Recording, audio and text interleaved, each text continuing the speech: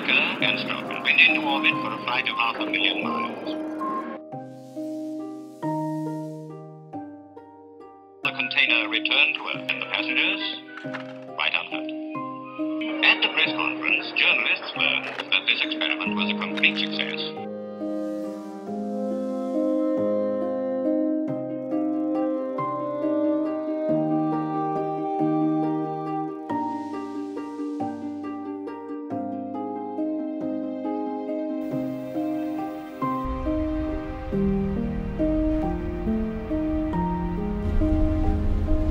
Everybody in Columbia, Missouri knew the story. I mean, basically, anybody that read the newspaper, listened to the radio, or watched television, they knew about the dog and about my brother.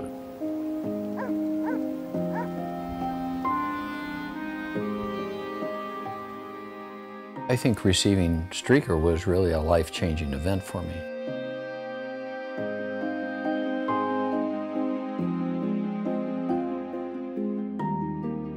It's something that did have a profound impact on me.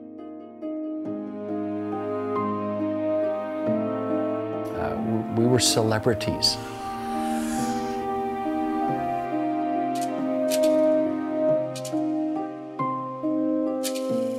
Probably a few years later that I really started wanting to know more about where Strelka came from.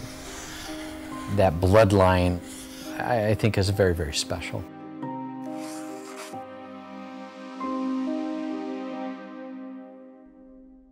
So you start with Strelka, who was a stray dog, a mixed breed, nothing special, who becomes the hero of an empire through her space flight.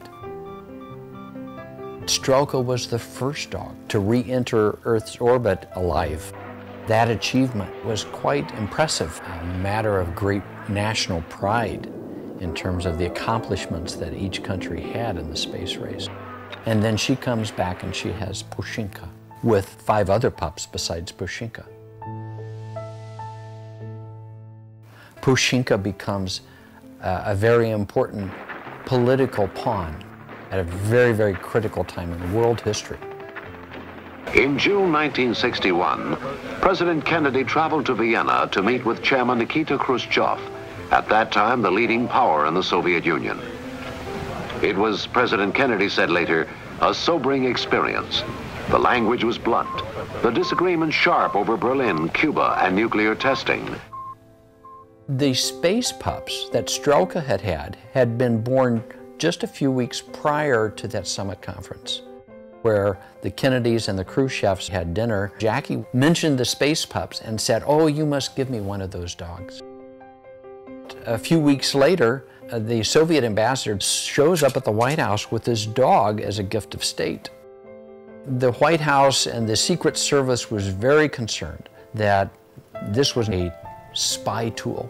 And so they took the dog over to Bethesda Naval Hospital and examined the dog and to be sure that there was no microphone in the dog. But it was after that that the dog was really accepted by the Kennedys and allowed to have free reign of the White House as the other animals did. It was a token of friendship between Khrushchev and the Kennedys. And then Pushinka basically has a litter of pups sired by one of the Kennedys.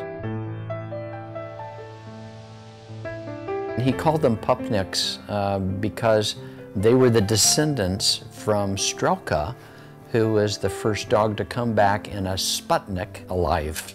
Those 4 pups are scattered around the United States. They decided to give 2 of them away to members of the family. One went to the Lawford family. Peter Lawford was a Hollywood actor married to Patricia Kennedy, the president's sister. And the other dog was given to Luella Hennessy, who was the nurse for the Kennedy family. The other 2 they decided to give away to non-family members. That was where my story really began. In 1963, my little brother had a little dog, and I think the dog's name was Midget. It was a small dog, and the dog was accidentally killed in a tragic event. We were out playing baseball, and it was my turn to bat. I didn't realize that my dog was outside. I thought that she was inside. And she was behind me, and so when the ball was thrown to me to hit, she jumped up to get the ball right as I was swinging my bat. And instead of hitting the ball, I hit her in the head, and I killed her. I cried. I was really inconsolable for a week. And so it was a very, very sad week for me. It was about a week after that I was listening to Paul Harvey. He had a 15-minute broadcast, what's called a news and commentary. Paul Harvey announced that they had had a litter of pups at the White House. I don't know what they're going to do with all these dogs at the White House, but they just had 4 more pups.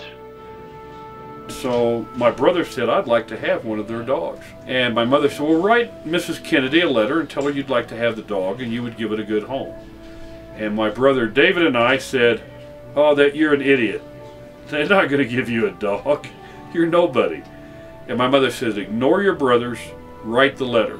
So he did. I had no idea that there would be anybody else that would ask for a dog. But there were thousands of people that wrote letters asking for those dogs.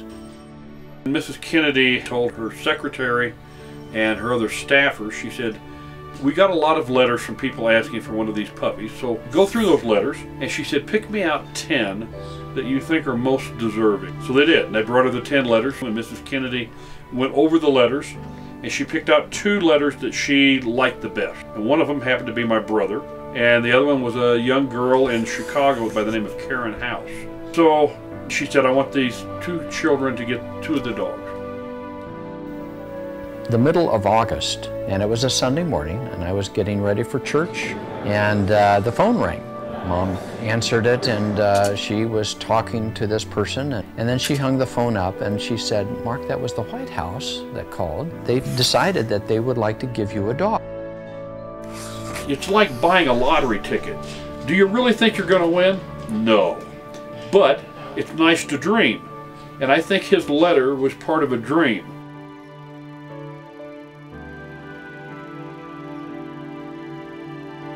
After I got Strelka, I wrote Mrs. Kennedy a thank you letter. Mrs. Kennedy wrote me back. So every year or 2, I would write her, and she would respond.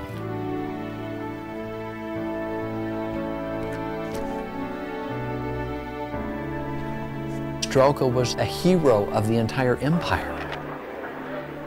And the importance that Pushinka had, being a tool of foreign policy for the Soviets. Strelka was kind of the key to that line of hero blood. I was really interested in having Strelka to have pups. To see that line continue, because it was so special from a historical perspective, just to try and keep that history intact. And so we did. Is there a possibility that Strelka's bloodline still exists in the United States? I think it's possible, but it would be a nice thought.